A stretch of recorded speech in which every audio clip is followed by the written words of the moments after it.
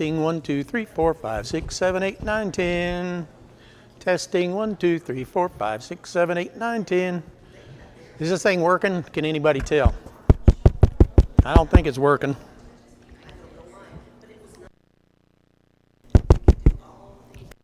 Let me see if yeah, it's on. Ah, I at least heard it when I tapped on it that time. How's that sound? Can you hear back that way? Peggy, can you hear? Okay. Can you hear back there? Okay. All right, I think we're good. Yay.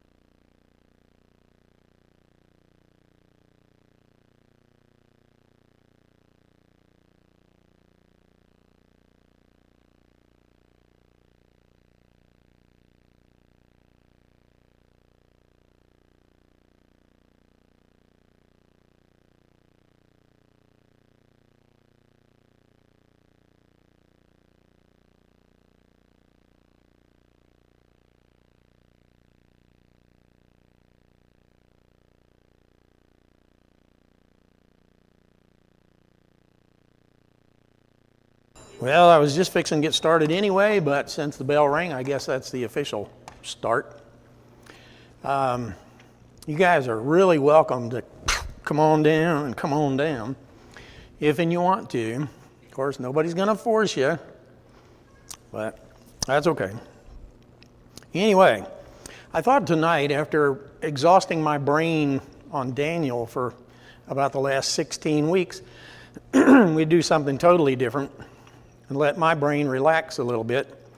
And so not only do you not have a handout tonight, but it's going to be light, easy listening. Nothing like trying to decipher a vision provided to Daniel by an angel. Won't be nearly that deep.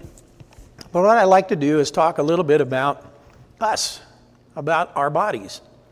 It will be science, but it'll be kind of on the high level. And unless I have some military or some medical experts here that I don't recognize yet, I probably won't get countermanded or overruled or anything like that. But if I do, that's fine. I'll learn something and you will too. If you've ever noticed a baby, a real small baby, and they see their hand for the first time, and it's really amazing to watch. You know, they get absolutely fascinated with it. They just watch it, and they're amazed by the fact that they can make it do things. And of course, they have to stick it in their mouth. They have to try it, taste it, that kind of thing, see if it tastes good. They'll find their feet, and they'll be amazed by their feet. They'll even find out that their feet taste really, really good as well. Just about anything that they can cram in their mouth, they will, because kids are that way. Fascination with our body starts very, very early in our development. And David, who was King David, was fascinated with his body too. So much so that he wrote Psalm 139. And as a part of that, verses 13 through 16, he said, "For you created my innermost being. You knit me together in my mother's womb. I praise you because I am fearfully and wonderfully made. Your works are wonderful. I know that full well. My frame was not hidden from you when I was made in the secret place, when I was woven together in my mother's womb. Your eyes saw my unformed body. All the days ordained for me were written in your book before one of them ever came to be." So David realized, as did Daniel later, that God knows all of this stuff. And we know that too. I said a couple of times now, at least, that God sees at every moment, all time. He knows all time at every moment. That's why David could say that all the days that were ordained for me were written in your book before one of them ever came into being. Before I was even born, you had it all written down. You knew what was going to happen. David was amazed at that. I'm amazed at that. You should be too. But Genesis 2 verse 7 tells us that God created Adam. He took dirt and he formed Adam. Then, of course, he caused Adam to sleep, takes a rib from Adam, and forms woman. So the two of them then were created by God, and God breathed into them not only life, but also His Spirit. We are eternal from creation. No other animal on this planet is created that way. Only man. He spoke into existence everything and every creature except man. He formed man. He formed woman. He breathed into them the breath of life, including His Spirit. We, man, have been eternal since the very beginning. God created us fearfully and wonderfully. He made us to live on this earth, and He made us completely different from all the other animals that are on this earth. We are in the likeness of God. So, when we think about this body of ours, we need to realize that it is truly a marvel as well. We become aware of the parts of our body, especially our sense of taste, touch, sight, hearing, just anything that our body does. It kind of keeps us in touch with the outside world. Millions of inputs coming into our brain all the time. We're better than any computer that is out there. We can handle more inputs at any one instant than a computer. And not only that, we're not near as sensitive to heat and cold as a computer. And we can adjust. Our eyes allow us to see, our ears allow us to hear, our nose to smell, our skin to feel warmth and cold, hard and soft. And sometimes when you touch something that's hot, you'll jerk off of it before your brain even registers that it's hot, because your body is made that way. That message comes from your hand, hits the spine, goes right back to your hand, says, get off. About that time, it hits your brain and says, ow, that's hot. But you've already turned loose of it. How did that happen? Well, God created you in a way that protects you. We have a mouth with special sensors for taste. All of this helps us keep in touch with the outside world. There's a lot of things that are going on inside our body or with our body that we're not even aware of. They just happen. And they just happen all the time. Thank goodness they just happen all the time. We don't have to think about them. We don't have to direct them. Our body does that. For instance, when we eat food, as soon as we start eating food, it starts digesting in our mouth. The simple sugars are broken down in our mouth and are even absorbed in our mouth. But that also starts a wave action that moves down your throat, into your stomach, through your intestines, all the way. That wave action goes. It's automatic. You don't have to think of it. You don't have to think, okay, food, you need to move into my stomach. Okay, food, you need to move into the intestine. Okay, you need to move through the intestine. Okay, you need to move on to the large intestine. No, you don't do that. Just does it all by itself. Our blood cells fight disease without conscious thought or decision. As soon as your body is invaded by something, your blood system attacks it. Blood cells and lymph cells attack whatever is attacking your body. You don't think about it. Matter of fact, you don't even know about it most of the time because your body is clearing it up and clearing it out of the way. It's only when there's a problem that you're aware of it and that you end up having to go to the doctor maybe to get some antibiotic or to get some other treatment to help you through that process. Your heart beats and your lung functions without your thinking about it. Wouldn't that be terrible if you had to keep telling your heart to beat or telling your lungs to breathe? Wouldn't that be awful? Because you got to sleep sometime, right? And your heart and lungs just keep on a-going, just like normal, all the time. Why is that? Because God created us that way. Our bodies are carefully designed, and the systems of our body required a designer to make them function this smoothly. The Hebrew writer knew that, and in Hebrews 3, chapter 3, verse 3 and 4, he says, Jesus has been found worthy of greater honor than Moses, just as the builder of the house is greater honor than the house itself. For every house is built by someone, but God is the builder of everything. Another version will say he is the designer of everything, and he is both, the designer and the builder of absolutely everything. People get credit for creating something. We really don't create anything. We make something out of the stuff God created, because he's the only one that really created.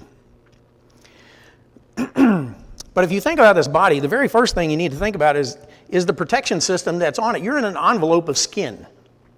And the skin that we have is in its deepest part, like 3/16 of an inch. But in that 3/16 of an inch, you have at least 7 layers of skin. Each one has a specific design and specific purpose. Your skin protects you from those invaders that are on the outside. Your skin protects you from heat. Your skin protects you from cold. If your body starts getting warm, your pores will open up and allow moisture to come out, and the moisture evaporates off your skin and cools your body. When you get cold, those pores close tighter together and holds heat in to regulate your body. It is also impermeable. Your body is 75% liquid, 75 to 80% liquid. I don't know if you know that or not, but yeah, a lot of us are just fluid. 75 to 80% of us is fluid. But your skin prevents you from dehydrating by its protective layers. Skin also has nerve endings, so sensitive that you can feel a tiny breeze blowing across you, so sensitive that you can feel a tiny insect biting you. That's amazing, isn't it? We don't think about that a lot of times, but our skin does that for us. Skin is the first line of defense against germs, and this amazing envelope protects the equally amazing things that are inside your body. One of the things that's inside your body that is a miraculous pump, it is actually the best pumping system that there is probably in the entire world. And I guess that's so since God created it. Your heart is a tiny muscle about the size of your fist. Do you ever think about that? I always thought my heart was bigger than that. And I look at my fist and say, your heart is just about that big. And it's right in here. And it weighs between 8 ounces and 12 ounces. That's it. 8 to 12 ounces. And it is the most powerful muscle in your body. Matter of fact, it is stronger than an athlete's leg muscles. It is stronger than a weightlifter's arm muscles. As a matter of fact, if a leg muscle or an arm muscle had to do the things your heart does, it would wear out in just a few minutes. Isn't that something? But your heart clicks along at about 70 beats a minute on average. Faster when you're exercising, slower when you're relaxing, slower still when you're sleeping. 72 beats a minute gives you about 40 million beats a year. that your heart is gone. 40 million beats a year. And that's on average at 72 beats per minute. Your heart does enough work every day so that if you convert the energy that it's using to pump into just raw energy and put it in a different form, it would lift your body 1 mile high into the sky. Isn't that amazing? That's a lot of work for one little tiny muscle the size of your fist. Every adult heart pumps blood through a system that is 75,000 miles long. Do you realize that in your body, 75,000 miles of blood vessels? So if you strung them together in one thin line, they would wrap around the earth 3 times. That's what your heart is pumping through all the time. Now, I don't know about you, but 75,000 miles, I look at my body, it's like, how is that all compressed in there? How is that all packed in there? I don't know. It's amazing, isn't it? God designed it that way. And aren't you glad that He did? Your heart pumps enough to fill a 4,000-gallon tank car every day. You see those oil tankers on a railroad train? Seen those things? About 4,000 gallons. Your heart pumps enough blood in a day to fill one of those. Tiny little muscle. In the average lifetime, the heart will pump 450,000 tons of blood. That's a lot of work for one little muscle. Your heart, unlike the leg muscle or the arm muscle, will not rest for 70, 80, 90 or more years. It continually beats. You are indeed fearfully and wonderfully made. Next thing that probably deserves attention is your lungs. Your lungs are another little organ that is unique. Each one hangs in an empty space. Matter of fact, they're not really attached to anything. They just are suspended in a space in your chest, one on either side. They weigh roughly, I think, 1 pound apiece. So they weigh more than your heart. Yeah, each one weighs about 1 pound. The lung has absolutely no muscle. And yet, it provides the oxygen for you to live. And how does it do that? Well, when you think about it, you can kind of recall, because your chest moves out and your diaphragm moves down. Those two things are muscles. But when they do that, when your diaphragm moves down, when your chest muscles expand, it creates a vacuum. And that vacuum then sucks the lung out. When the lung is sucked out, it pulls air in. When you compress your chest and raise the diaphragm, you push air out. So you suck air in and you push air out. Unless, of course, you've had a puncture to the chest, which could cause a lung to collapse, or you've had some traumatic incident, where you're hit maybe with a steering wheel or something like that, you could collapse a lung. Have you ever fallen out of a tree, landed flat on your back, and absolutely every ounce of air in your body went out? I have done that. I have done that. That is not a good feeling. You are not supposed to push all the air out of your lungs. You are not supposed to do that. But I was laying down on the ground. It's a good thing it's probably plowed field, or I'd have probably been dead. But I was laying there and I was sucking air as hard as I could. And my 2 brothers are in my face and, "Are you okay? You're okay?" And all I wanted to do was say, "Get out of the way, I'm trying to breathe." I couldn't say anything. I was going, and "Are you okay?" "No, I'm not okay. I'm dying down here. Get out of my face, I'm trying to breathe." These lungs, they pull air through your nose and your mouth. Your nose and your mouth kind of heat the air up. It warms the air. And it starts cleaning the air. Hairs in your nose, first thing to kind of clean this air. The moisture in your nose and in your throat, clean the air. And there's some little bitty tiny hair that is inside the bronchia and trachea where the air has to go, that you have to see with a microscope. You can't visualize them. They are about, let's see, tens of millions of them. You need a microscope. They're called cilia. They're just kind of tiny hairs, and they wave. There's a wave action about 12 times per second to sweep the dust and the dirt out of your lungs. If they didn't work, if all these moisturizing systems and cleaning systems didn't work, your lungs would be full of dirt and gunk, and your lung capacity would be decreased. So they have to function in order to keep things clean and working the way they're supposed to. So the air comes in, it goes down into tiny air passages, the tiniest of which are about 1/100th of an inch in diameter, and then into the little tiny air sacs. And these air sacs have tiny capillaries that run in them, and these capillaries are so small that a red blood cell can only pass through there one at a time.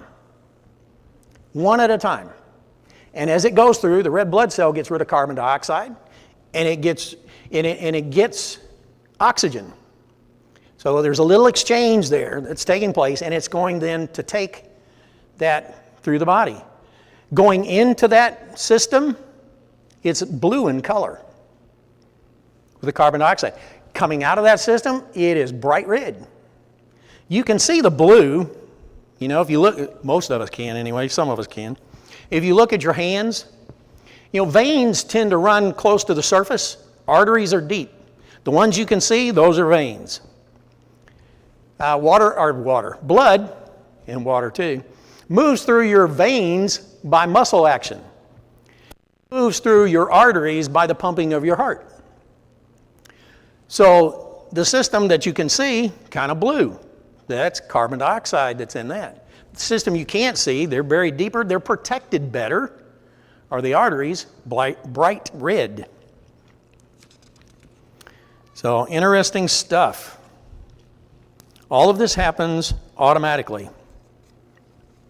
You don't think about it. You go to sleep every night and don't worry if you're going to breathe through the night. You do.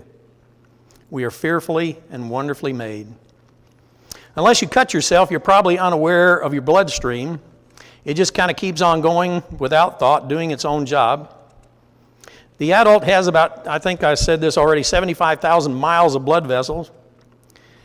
Laid out 3 trips around the earth. Special pipes that are called arteries, arterioles, capillaries, venules, and veins. And there are about 60 trillion cells in your body. So your blood system is feeding 60 trillion customers all the time. 60 trillion customers. That's about 16,000 more customers than there are people on the earth. This river flows continually. It takes garbage from the cells to the liver and the kidneys where it's removed. It takes carbon dioxide from the cells, gives oxygen back to the cell. A typical red blood cell, I don't even think about this, you know, a typical red blood cell lasts 120 days. That's 4 months. Do you know that your entire blood system is changing out every 4 months? You don't even know it. You don't even recognize it. But those red blood cells are being removed, the dead ones are being removed, and new ones are being pumped in continually throughout your life. Every 4 months, you've got a new blood system. Don't think about that, do you? Every red blood cell will travel through the heart about 75,000 times before it dies and is replaced. There are other cells in the blood also, white blood cells, the next one that we're familiar with. Some of the white blood cells carry sugars, salts, minerals, hormones, enzymes, amino acids, fats, and the like. Some are disease fighters. They attack viruses and germs. Some of them are particular to a disease or germ. They're called antibodies. And that happens when your body is exposed to something and your protective system attacks it. It not only attacks it, but it also analyzes it and builds something to fight it. Then that antibody resides in your body so that the next time that germ comes along, it just sends that antibody and it kills it off. For instance, some of us are old enough that we had mumps and measles growing up. But you know what? If we're exposed to it again, we never get it. Why? Because that antibody resides in our body and we're exposed to it, it attacks it, kills it off. Kids these days, of course, have it a little bit better. They had a vaccination, MMR, right? So they didn't have measles, mumps, or rubella because they had a vaccination. God allows us to think these things up, design and build these things. It's a wonderful thing. There are close to 1 million different antibodies in a typical adult. Do you realize that? About a million antibodies that are floating around in your body right now, so that if a million different things come at you, your body is already ready to defend itself from it. Your bloodstream is like a chemical laboratory. As I said, it not only attacks an invader, but it also analyzes it and develops the right treatment for it. That way it's ready the next time it comes around. And all of this stuff, plus others, is floating around in a fluid that's called plasma, which is like a clear liquid. And as long as your heart is pumping, all of that stays in suspension. When your heart stops pumping, it separates. If you've ever given blood, and you notice when the blood goes in there, after just a couple of minutes, it starts separating out. The plasma will come to the top, clear liquid. The red blood cells are much heavier, and they go to the bottom. If you remember, too, when the Bible says that they ran Jesus through with a spear, what did they say? Blood and water. Yeah, you know why? Because the heart had stopped pumping, and the red blood cells had settled out, and the plasma was on top, blood and water. He was already dead. They didn't kill him with a spear. He died due to the crucifixion. He died because he wanted to die. Our cells are also unique in that they have a coded dock. So all of your cells, all these 60 trillion cells out here, they send a signal to the bloodstream of what they want. The only thing that docks into that cell is what it needs. So if it calls for oxygen, a red blood cell is going to deposit there, give oxygen, remove carbon dioxide. If it says I need food, a cell will go. If it says I need this, if it says I need that, that's the only thing that will dock there. Our bodies are amazing, and they are complicated. Who could figure that? 60 trillion customers out there, and they only get what they want. What is that, Burger King, have it your way? Wasn't that their slogan there for a while? Yeah, well, that's what your body is. Your body is like a Burger King to all 60 trillion of its customers saying, tell me what you want, that's what you'll get. I won't give you anything in this blood system that you don't want. So you tell me what you want, that's what's going to dock in your dock. Indeed, fearfully and wonderfully made. So, many cells and subsystems in your body, far more complicated than a computer, like I said earlier, but better environmentally suited than a computer ever was, especially in the early days. Boy, a computer that couldn't do hardly anything would probably fill up this room, and it would generate so much heat it would run you out. And if you didn't ventilate it properly and pump air conditioning into it, it would overheat and just shut down. Even now, these little computers that we have will generate a lot of heat if you're not careful. Well, you wrap them up, they're going to start giving you all kinds of funky answers, because when they get overheated, they don't process well. Little electrodes or electrons go where they shouldn't go, and you get funky answers. We're not that way.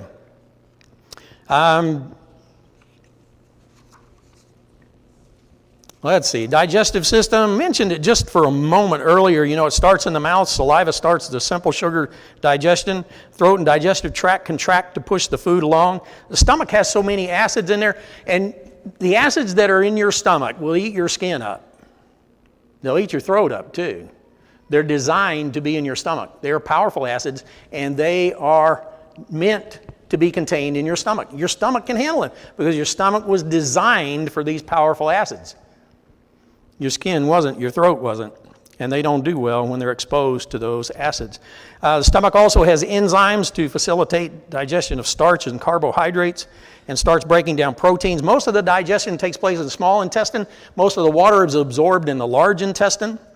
The liver acts as a filter system, removes stuff from the blood. Kidneys also remove excess fluids and waste products from the cells that are in the blood.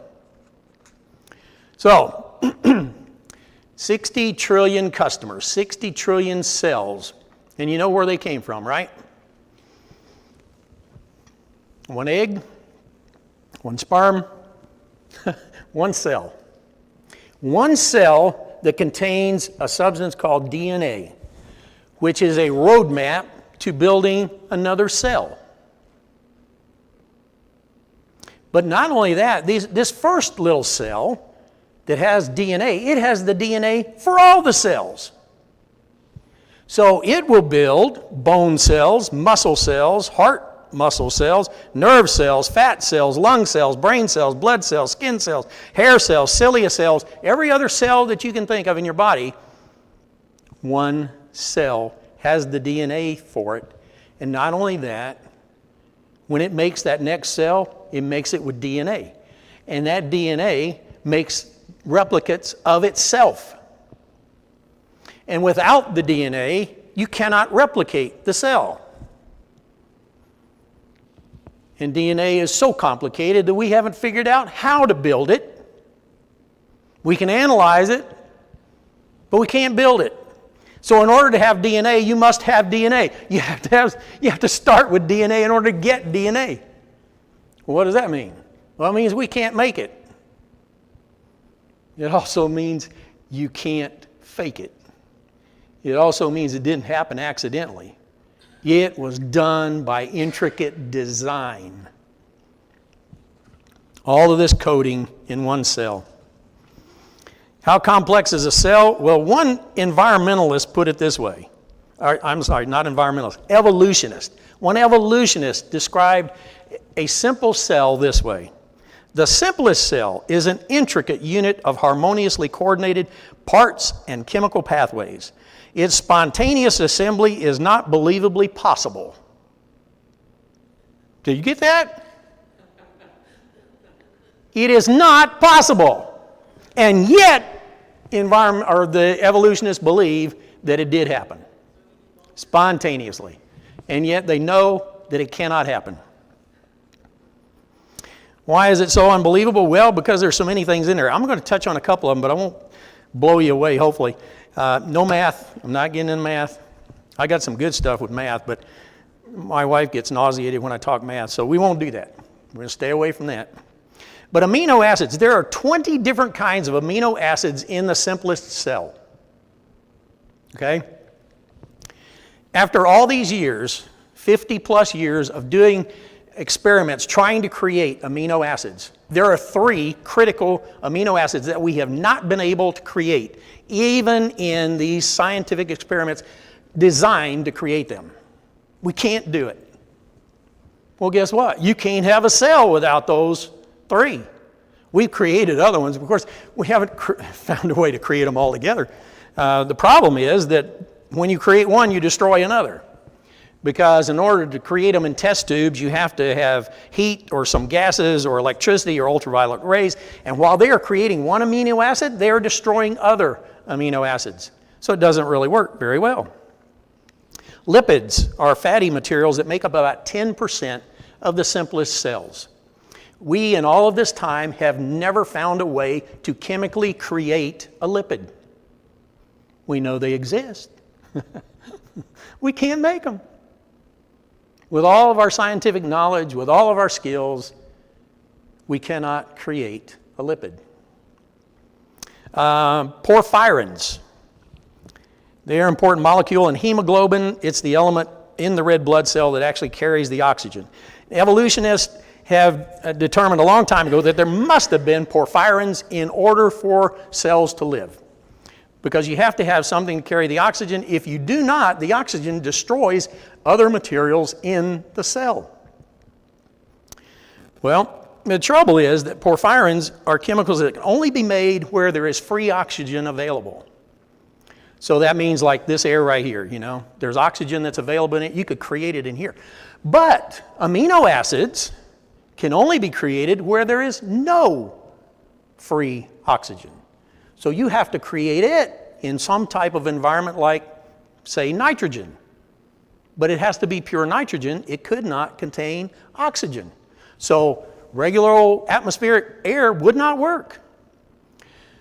And the trouble too then is amino acids and porphyrins, if they are just kind of put together, will destroy each other.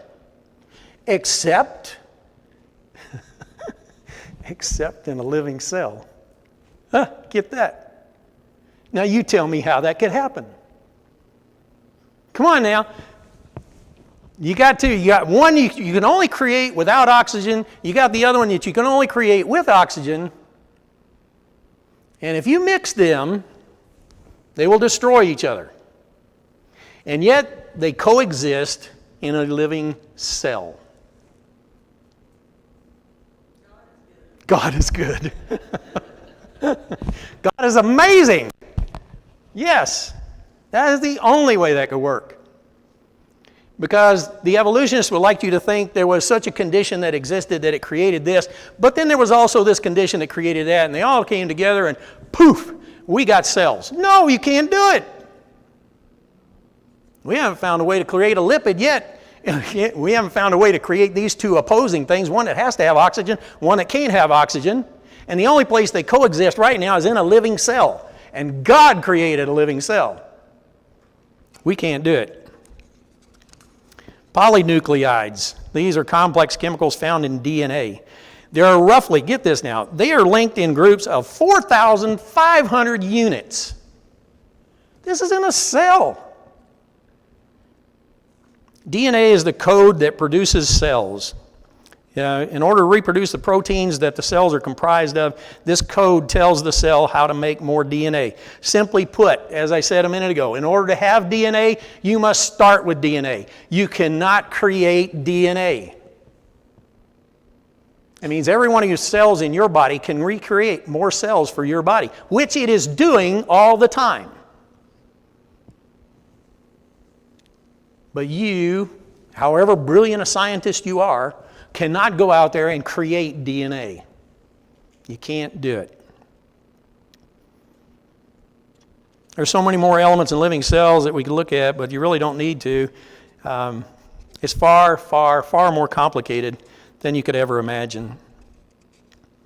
I'll just wrap it up with a couple more here. First off, your eyes. They're about the size of a ping pong ball, but amazing in design. There are millions and millions of electrical connections in your eye. And your eye can handle 1.5 million messages per second. I don't even think that big. And yet my eye, or eyes, are pulling in from around me 1.5 million electrical impulses per minute. Wow. And all of that is coming around to the back of my brain, which is being interpreted, and a picture's flashing up back there and says, here's what you're seeing, David. Isn't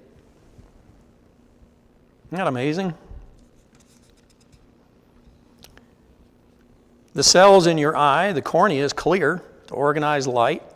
An oval crystalline lens is in the front to focus the light on the back of your eye to the nerve that actually encodes it and sends it to your brain. And it is sending impulses to your brain at 300 miles an hour. Your eye has 137 million special cells that are used to read light. 130 million of those are called rods, and they determine black and white. About 7 million of them are cones, and they see color. Now, if you're like my mother-in-law, you don't have those, or didn't have those, so you don't see color.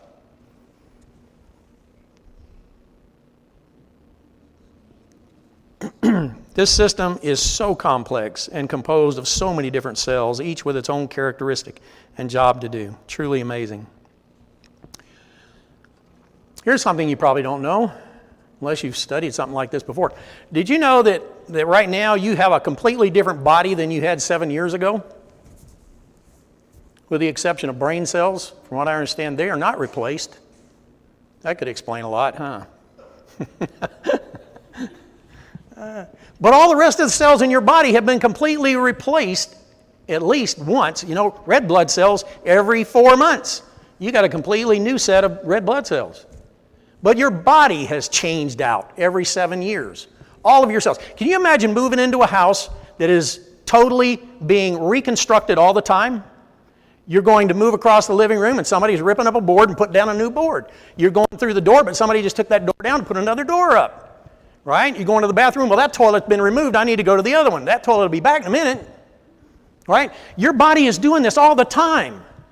Replacing blood cells all the time, and yet the blood flow never stops. Replacing heart cells all the time, yet your heart never stops. Replacing lung cells all the time, yet your lungs never stop. All these processes are going on all the time. They never stop, and your body is totally rebuilding itself all the time. And how's it doing that? With DNA that we cannot recreate and that we cannot create, but God put it there in the very, very beginning with two little cells that became one cell that described your entire body and mapped it out so that it can recreate itself every 7 years. I'm kind of like David. We are fearfully and wonderfully made, and we should be more amazed all the time at just how great a creator God is, that he could design all of this and totally baffle our scientists and our experts. God created Adam and Eve, the parents of the human race, and he put within them this DNA code that has come down through all these centuries to make you and me who we are. David said, "For you created my innermost being. You knit me together in my mother's womb. I praise you, God, because I am fearfully and wonderfully made. Your works are wonderful, and I know that full well. My frame was not hidden from you when I was made inside my mother's womb. When I was woven together in the depths, your eyes saw my unformed body. All the days ordained for me were written in your book before I was even 1 year old." Truly amazed. Hope you enjoyed that. That was fun. It wasn't near as challenging as Daniel. But when you stop and think of the intricacies of it, mind-boggling that God could do all of that and did do all of that just for you and me. Thank you very much, and we'll pick up something different next week.